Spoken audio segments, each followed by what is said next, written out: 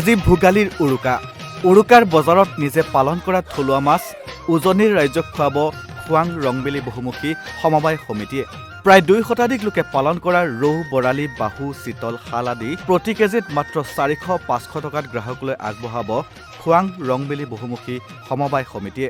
আজি উৰুকাৰ বজাৰ দিনা কুইণ্টেলে মাছ মাৰি উজনিৰ কেইবাখনো বজাৰলৈ উলিয়াই দিছে সমিতিখনৰ সদস্যসকলে। বিধায়ক চক্ৰধৰ গগৈৰ নেতৃত্বত খোৱাং ৰংবেলী বহুমুখী সমবায় সমিতি নামেৰে খোৱাং বৰবিলত মৎস্য পালন কৰা হৈছিল।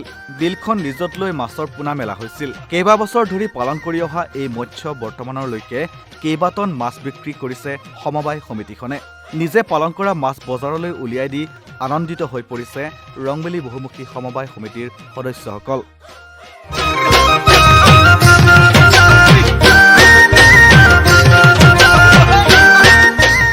মই আহিলোঁ এইফালে পদুমণি সৰুৱালিৰ পৰা এই ৰৌ মাছ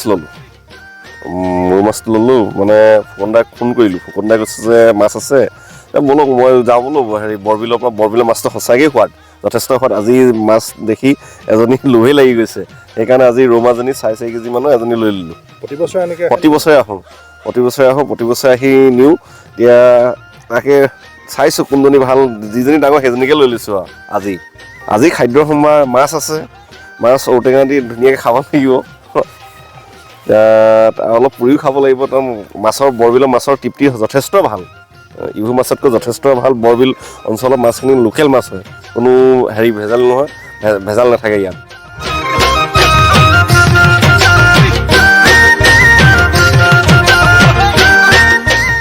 তাৰ সমান্তৰালভাৱে নামনি অসমত দেখা গ'ল এখন বিশেষ সৰ্ববৃহৎ মাছৰ পাইকাৰী বজাৰ। থলুৱা চিনাকি লোকৰ এখন মাছৰ পাইকাৰী বজাৰ। নলবাৰী জিলাৰ বৰক্ষেত্ৰী সমষ্টিৰ অন্তৰ্গত বৰিটাপা থুটিকাটা মিলন বজাৰৰ এই সৰ্ববৃহৎ মাছৰ বজাৰত ভোগালীৰ প্ৰাকক্ষণত উখল মাখল পৰিৱেশৰ সৃষ্টি হৈছে।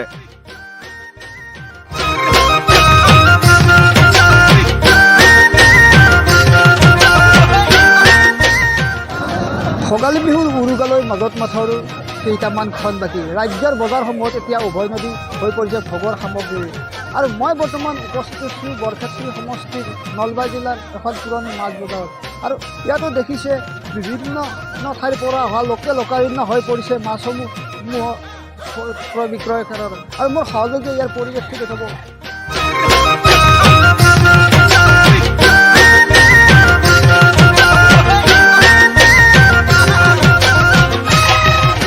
আমাৰ এই বজাৰখনৰ নাম হ'ল বৰিটাপা থুটিকাটা মিলন বজাৰ। এইখন 1975 চনত স্থাপিত হৈছিল, 1975 চনত। কিন্তু কাটা আমাৰ এই মাছৰ কাটাটো 1975 চনত হোৱা নাই। 2001 চনত আমাৰ এই মাছৰ কাটাটো আমাৰ আৰম্ভ হৈছে। আৰু ইয়াতে আগতে আছিল আমাৰ মানে ৰাস্তাৰ কাষত। ক্ৰমে আহি যেতিয়া এই পৰ্যায় পালে আমি এইবাৰ ইয়াতে ফিল্ডত মুকলিভাৱে। আৰু এইটো আমাৰ মানে উৰুকা কালি, কিন্তু উৰুকাৰ আগৰ দিনা আমাৰ গধূলিৰ পৰা আৰম্ভ হ'ল নাইট, গোটেই ৰাতিটো।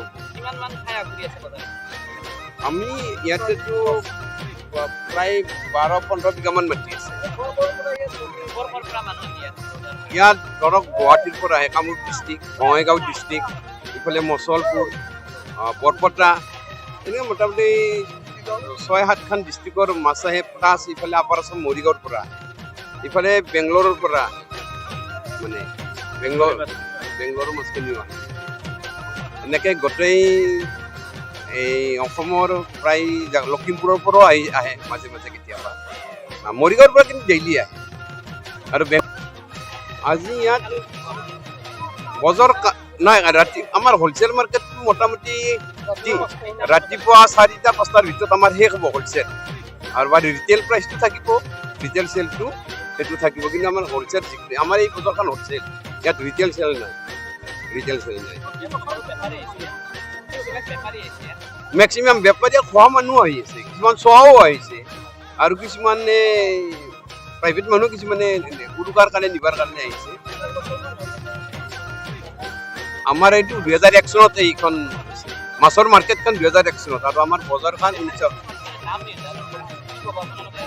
প্ৰায় আমাৰ আজিৰ যিটো মাৰ্কেট চৰকাৰে যিটো ধৰি দিছে, মানে প্ৰায় সমানে ছেম আছে, এনেকৈ আছে। ক'ৰবাত হয়তো 100 টকা বা 50 টকা কোনোবাটোত বাঢ়িছে, ক'ৰবাত 100 টকা বা 50 টকা কমিছে।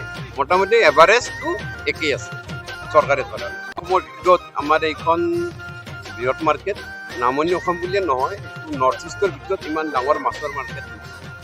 বৰ্তমান নৰ্থ ইষ্টত ইমান ডাঙৰ মাছৰ মাৰ্কেট আৰু আমাৰ যিটো ডেইলি হয় সেইটোতো সাংঘাতিক। ডেইলি একদম ৰাতিপুৱা 4টাৰ পৰা 7টালৈকে চলে, ডেইলি চলে। ভাল আৰু আমাৰ এতিয়া চালানী মাছ বিক্ৰী নহয়, আমি এইটো বেন কৰা, বন্ধ কৰা। প্ৰায় আমাৰ ডেইলি বজাৰত 3-4 হাজাৰ মানে মানুহে ইয়াৰ পৰা মাছটো ক্ৰয় কৰে আৰু এইখন বজাৰ প্ৰায় আমাৰ যিটো মানে হেৰি কয় মানে গোটেই মানে মাছ মানে বিক্ৰী কৰাটো গোটেই আমাৰ হিন্দু মানুহ মানে গোটেই মানুহখিনি আমাৰ হিন্দু মানুহ, যিখিনি আমাৰ মাছৰ জড়িত হৈ আছে মাছৰ হেৰিটো। এই বজাৰখনত আমাৰ ধৰক মানে এতিয়া যিটো আমাৰ শব্দ অচিনাকি ইয়াত নাই, মানে আমাৰ যিখিনি 32খন খাটা আছো আমি, টোটেল আমাৰ গাড়ী 32খন আছে। এই গোটেই 32খন গাড়ীয়ে আমাৰ অসমীয়া ল'ৰা, একদম 100% অসমীয়া ল'ৰা।